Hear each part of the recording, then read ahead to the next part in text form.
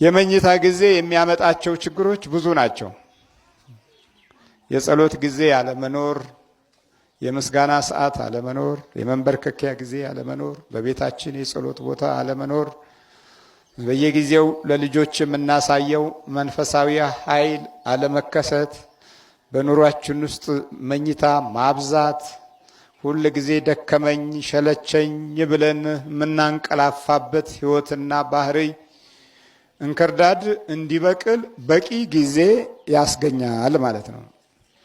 እንክርዳዱ የተለያዩ አይነት ጠባያቶችና ባህሪያቶችን ብቻ ሳይሆን የሚያካትተው ኑሯችንን በራሱ በእንክርዳዱ ውስጥ በጨለማ የተጀመረ ሊሆን ይችላል። በጨለማ ጊዜ፣ በጨለማ ወቅት፣ በጨለማ ኑሮ፣ በጨለማ ዘመን የሚጀመር ኑሮ እልህ አስጨራሽ ነው። ስለዚህ ጠላት የዘራውን ኑሮ እንኖራለን። የተቸገርነው አይናችን የሚያየውን ብቻ በማየታችን ነው። እግዚአብሔር እንደሚያየው አለማየታችን ትልቁ ውድቀት ነው፣ ትልቁ ችግር ነው። በስውር የሚያየባት ብዙ ነገር ሊያይልህ ይችላልና ነው። ከዛ ሎጥም ያው ወደ ሰዶም ሀገር ሄደ። አገሪቱ ስትቃጠል አላወቀም። አገሪቱ እንደምትጠፋ አልተገነዘበም። አብርሃም ግን ይማልድ ነበረ ስለዛች ሀገር። ሎጥ ብቻ ከሚስቱና ከልጆቹ ጋር እሷም መንገድ ላይ ቀርታለች። እንግዲህ ልክ ሰው አይኑ የሚያየውን ብቻ የሚያይ ከሆነ ይሄ ነው አደጋው። እግዚአብሔር እንደሚያየው ለማየት አምልኮት ያስፈልገናል። አምልኮት የሌለው ትውልድ መነሻውንም መድረሻውንም አያውቅም። ለምን? በስውር በሚያየው አባቱ ዘንድ የተከበረ ሕይወት፣ ኑሮ፣ ጊዜ፣ ዘመን ስለሌለው። በግልጽ የሚሰጥ አምላክ ደግሞ የሚከፍለው መንገድ አለው። ሎጥ ሀብቱም ገንዘቡም ኑሮውም በሰዶም ሀገር ሲቃጠል የአብርሃም ርስትና ሀብት ግን ከእርሱ ጋር ነበረ። እግዚአብሔር ስሙ የተመሰገነ ይሁን። ለምን? አብርሃም እግዚአብሔር ያየውን ስላየ ወደሚቃጠል ሀገር አይደለም የሄደው፣ ወደ ከነአን ነው የሄደው። ሎጥ ወደሚነደው ሀገር ነው የሄደው። በራሱ አይን ነው። በራሳችን አይን ብዙ መዘዞችን አምጥተናል። የእግዚአብሔርን አይን አልጠየቅንም። የአምላክን አይን አልፈለግንም። እንደ ሀገርና እንደተባረከ ትውልድ አንጻር ሲታይ ብዙ በእግዚአብሔር አይን እያዩ ሀገርንም ሰላምንም ፍቅርንም ጸጋንም አቁመው ያለፉ ሰዎች ነበሩ። በራሳችን አይን ማየት ስንጀምር ጸጋንም ክብርንም ኃይልንም ሞገስንም ጥለን የተዝረከረክንና መነሻችንንም መድረሻችንንም ለማወቅም ሆነ ለማስተዋል ጊዜ አላገኘንም። በኑሮ ውስጥ ባለው ነገር ተደበቅን። በዛ ውስጥ ተደብቀን ለዕለት እንጀራ ዘመን ጨረስን። ለዕለት እንጀራ ብቻ፣ ለዛሬይቱ እንጀራ ብቻ ጊዜ ጨረስን። ይህችውም እንጀራ ከክፋት ጋር የምናያት እንጀራ ናት። ሌሎች በክፋት አይን ያዋታል፣ እኛም በክፋት አይን እናያታለን። ብቻ ትንቅንቅና ትግል ነው። እንጀራ ለትግል፣ ትግል ለእንጀራ ሆኗል። በስውር የሚያባታችን በግልጽ የሚሰጠንን ስጦታ ለመቀበል በስውር ማየቱን እንኳ ለማመን የተቸገርን ነን። ስለዚህ የተሰወረው ሰይጣን ሕይወታችንን፣ ዘመናችንን፣ ትውልዳችንን እያጠቃው እንዳለ እንኳ ለመገንዘብ አእምሯችን የተመቻቸ አይደለም። ብዙ ነገርን ረስቷል። በመጽሐፈ መክብብ ላይ በመጨረሻው ዘመን ሁሉም ነገር ይረሳል ይላል። ሁሉም ነገር ይረሳል። ይሄ ነው መርሳት ነው። እና በስውር የሚያይ አባታችን በግልጽ የመስጠትን መንፈሳዊ ኃይልን የምናዳብረው ታዲያ በጾም በጸሎት በአምልኮትና በስግደት ያለንን መንፈሳዊ ሕይወት መምራት ስንጀምር ነው። በዚህ አይነት ሁኔታ ከሆነ እግዚአብሔር እንደሚያየው እናያለን። እኛ እንደምናየውም እግዚአብሔር ያይልናል ማለት ነው። የምንፈልገው ነገር ላይ መልስ ይሰጠናል። ሴቶች እስቲ እንደ እናቶቻችሁ ወረድ ያለ ቀሚስ ልበሱ ሲባሉ አይ አይመቸኝም፣ ምን ልበስ? ሱሪ ነው የሚሻለው። ጥሩ አለበሰው። ግን ከለበሰ በኋላ ምን ሆነ መሰለህ? አይነ ጥላ ያዘ። ወገባችንን ቡዳ በላ። በተጨማሪ ማህፀኖችም የአይነ ጥላ መኖሪያዎች በሆነው አጋጣሚ ልጆች ሲጸነሱ ከአይነ ጥላ ጋር ይጸነሱ ጀመር። አብሮ የሚያድገው አይነ ጥላው ይማራል ሲባል አይማርም። ያውቃል ሲባል አያውቅም። አይነ ጥላ ሞት ተወልዷል። መንፈሳዊ የመከላከያ መርሁ የለም። ከማህፀን ጀምሮ የተለከፉ ልጆችን እናፈራለን። ወይ ከአእምሯቸው ተዛብተው ይወለዳሉ፣ ወይ ከአካላቸው ተዛብተው ይወለዳሉ። ለምንድን ነው ሲባል መናፍስቱ በቀላሉ ማየት ይችላል። አካሎችን የተራቆቱ ገበናዎችን በቀላሉ ማየት ይችላል። ስለዚህ ከምታየው ነገር የተነሳ ሌላው ፋሽን ሲያረጉ አየን፣ ፋሽን ውስጥ ገባ። ሌሎች ሲራቆቱ አየን፣ ተራቆተ። ሌሎች ጥብቅብቅ ያለ ልብስ ሲለብሱ አየን፣ ጥብቅብቅ አረገ። ከዛ በኋላ አይንሽ ገባ ማለት ነው። የቀደሙ አባቶቻችን ሲያስተምሩ ሆነ ሲናገሩ፣ ሲመክሩ ሆነ ሲዘክሩ ከአይን ያውጣ ይላል። ለዚህኛው ትውልድ ከአይን ያውጣ ከሚልቅ አይን ይብላኝ ያለ ነው። ማንም ሳይረግም ራሱን ያዘጋጀ ነው። ከምታየው ነገር የተነሳ ምን ትሆናለህ? እብድ ትሆናለህ። እብድ ትሆናለህ እኮ ነው። ስለዚህ እብደት ሙሉ ኃይሉን ከዘረጋብንና ጠንካራ ሆኖ ህይወታችን ላይ ከቆመ ቆይቷል። ብዙ ሰዎች ወደዚህ ሰዎችን በግድ ይዘው ይመጣሉ። አንዳንድ ጊዜ ደግሞ እሰሩልን ይላሉ። ምኑ ነው የሚታሰረው? ሰውየው ነው መጀመሪያ መታሰር ያለበት በእምነት። ሰውየው ሳይታሰር ውስጡ ሳያምን አንተ ክፉ መንፈስ ውጣ ብትሉት ሰውየውን እጄ ልውጣ ነው የሚለው፣ አብረን እንውጣ ነው የሚለው። ለምን ወጣለሁ ነው የሚለው እንዲህ። እና መጀመሪያ በእምነት ውስጥ አለማደጋችን አንዱ ችግር መንፈስን በግዴታ የሆነ ቦታ ላይ ማዕቀብ እንዲደረግበት እንፈልጋለን። ውስጣችን ግን በእምነት በተጠናከረ መንገድ ውስጥ ለማለፍ ከጅምሩ ብዙ ጊዜ ደካሞች ስለሆን አንዳንዴ እውነትም ደግሞ ስለማይስማማን የጤና ችግሮቻችን ላይ ነው ትኩረታችን እንጂ በእምነት በኩል የቱን ያህል እንደቆሰልን አናስተውልም። እግዚአብሔር ማስተዋሉን ይስጠን። ግለ ወሲብ ደግሞ የሚያደርጉ ሰዎች አይነ ጥላ ላያቸው ላይ ያለባቸው ሰዎች ናቸው ብዬ ሁልጊዜ አስተምራለሁ።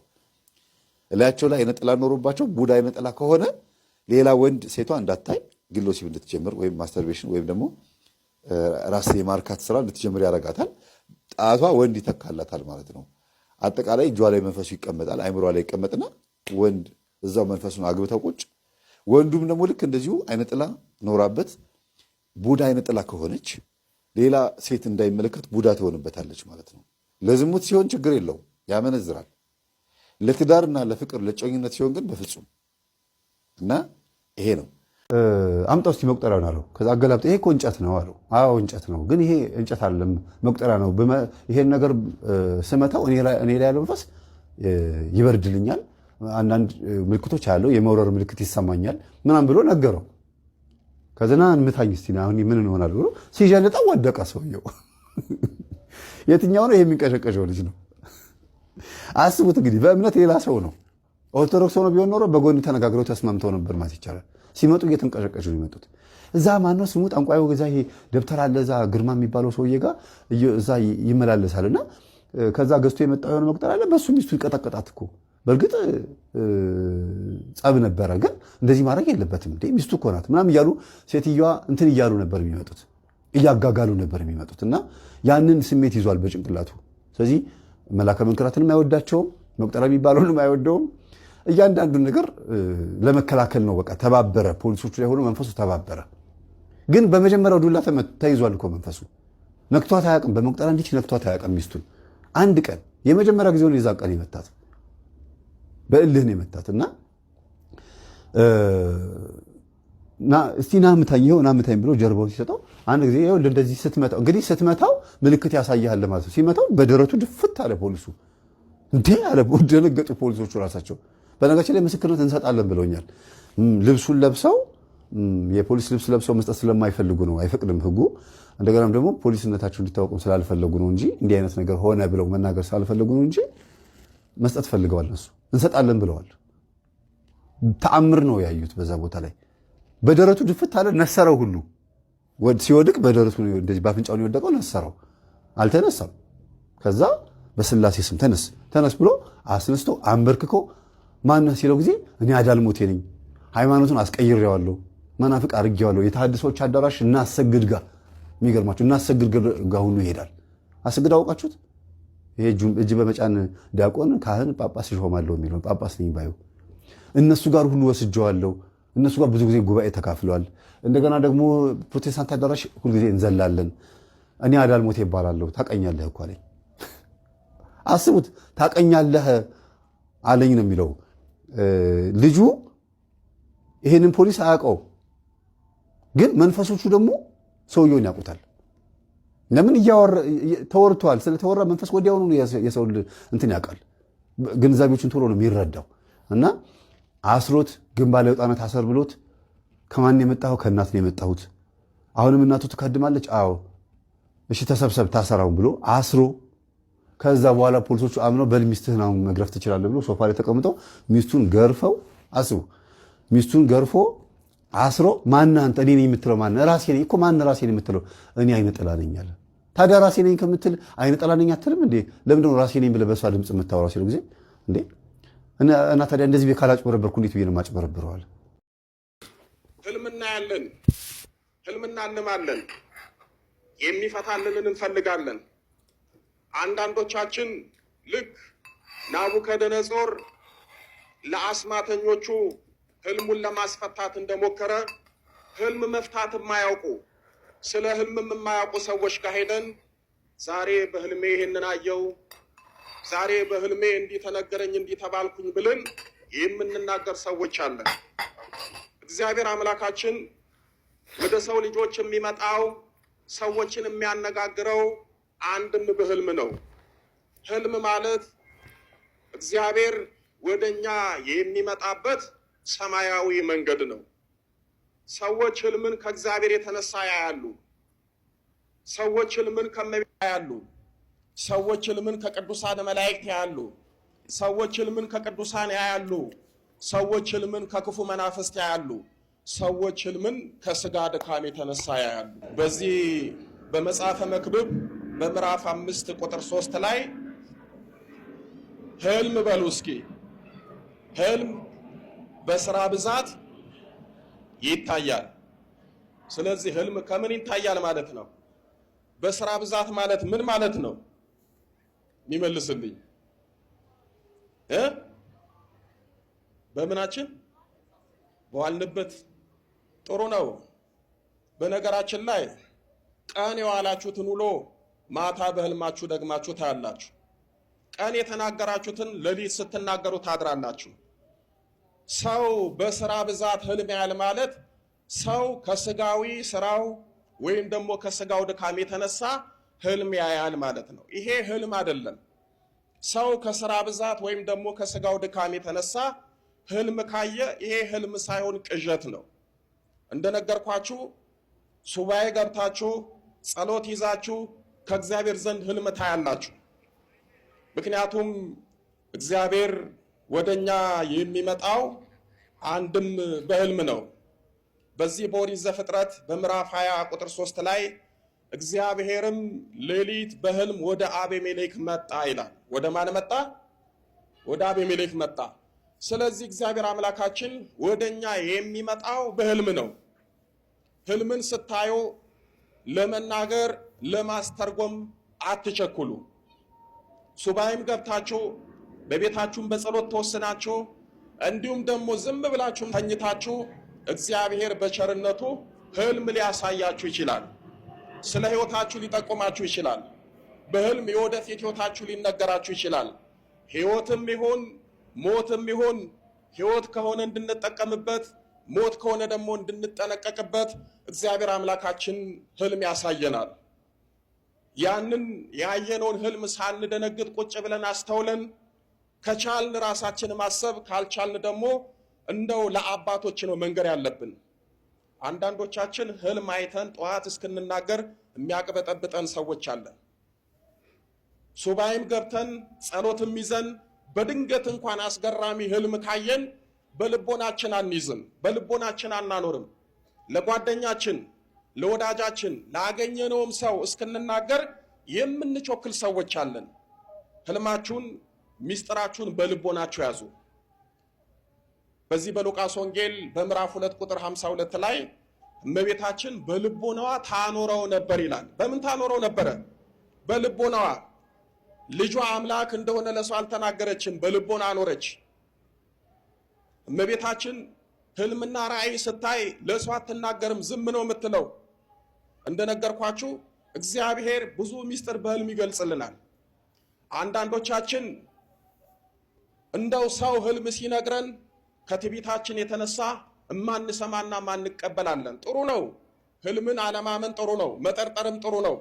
አንዳንድ ጊዜ ግን የህይወታችንን አቅጣጫ ተከትሎ የሚመጣ መልእክትና ህልም ወይም ደግሞ ከህይወታችን ጋር የተገናኘ ህልም ስንሰማ አሊያም ደግሞ ሰዎች እንደዚህ አይነት ህልም አየው ብለው ሲነግሯችሁ ዝም ብላችሁ አትናቁት። ስሙት፣ አዳምጡት፣ አስተውሉት። ከናንተ ጋር የሚሄድ ከሆነ ተቀበሉት። ከናንተ በተቃራኒ ደግሞ ከሆነ አሊያም ደግሞ ከመንፈሳዊ ህይወታችሁ ጋር የማይስማማ የማይጣጣም የማይገጥም ከሆነ ተውት። ነገር ግን ህልምን እግዚአብሔር ለምን ለኔ አላሳየኝም፣ እንዴት በሰው ይነገረኛል ማለት ይሄ ትልቅ መንፈሳዊ ትዕቢትና ውድቀት ነው። በጣም የሚገርማችሁ እናታችን ድንግል ማርያም ታውቃላችሁ፣ ሊቀ መላኩ ቅዱስ ገብርኤል መጥቶ ትጸንሲ ወይም ደግሞ ትጸንሻለሽ ከሶስቱ አካላት አንዱን እግዚአብሔር ወልድን ትወልጃለሽ ብሎ መልአኩ ቅዱስ ገብርኤል በአካል መጥቶ ክንፉን ዘርግቶ ሰላምታ ሰጥቶ ብስራቱን ነግሯታል። እንደምትወልድ በመላካዊ አንደበቱ በደንብ አሳውቋታል። ይሄንን የቅዱስ ገብርኤልን ብስራትና የምስራች ድንግል ማርያም በዓይኗ አይታለች፣ በጆሮ ሰምታለች።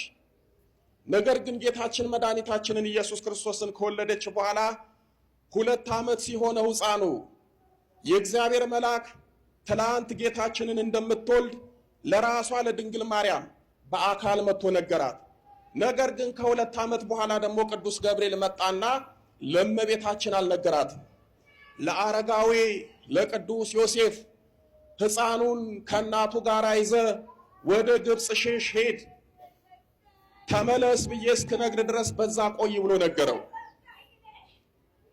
ይሄንን መልእክትና ህልም አረጋዊ ቅዱስ ዮሴፍ ከቅዱስ ገብርኤል ሰማ። ለእመቤታችንም እንዲህ አላት፣ እነሆ የእግዚአብሔር መልአክ ቅዱስ ገብርኤል መጥቶ አንቺንና ሕፃኑን ይዤ ወደ ግብፅ እንድሄድ ነግሮኛል፣ አዞኛል አለች። እናታችን ድንግል ማርያም መምህረ ትሕትና ናት፣ የትሕትና እናት ናት።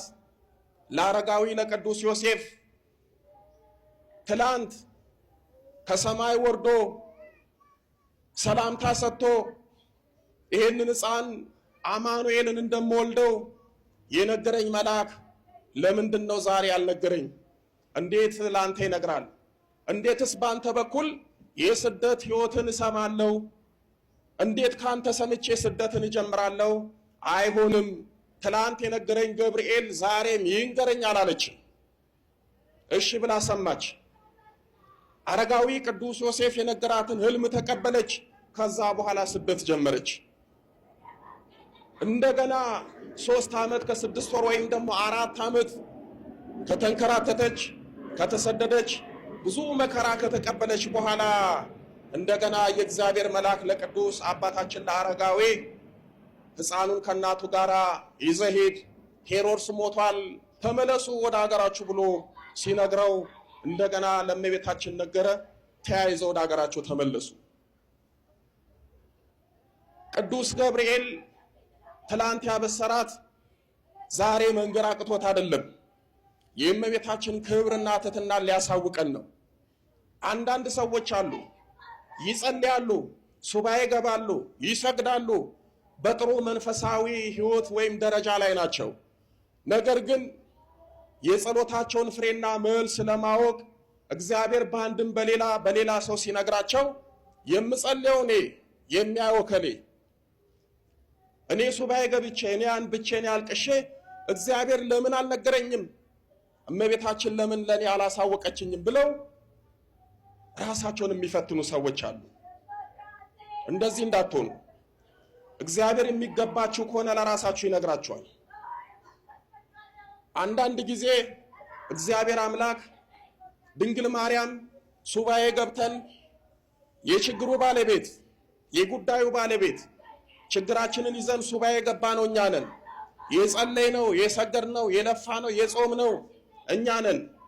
ለኛ መንገድ ሲገባ ለሌላ ሰው የሚነግሩት አንድም እኛ ህልሙን አይተን እንዳንጠራጠር ነው።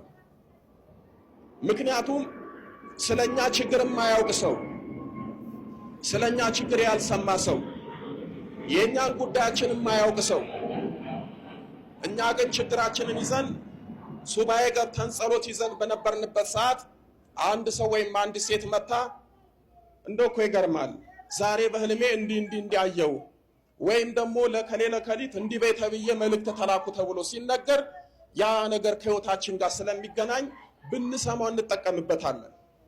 ስለዚህ አንዳንድ ጊዜ የራሳችንን ህልም እንዳንጠራጠር እግዚአብሔር በሌላ ሰው ይነግረናል።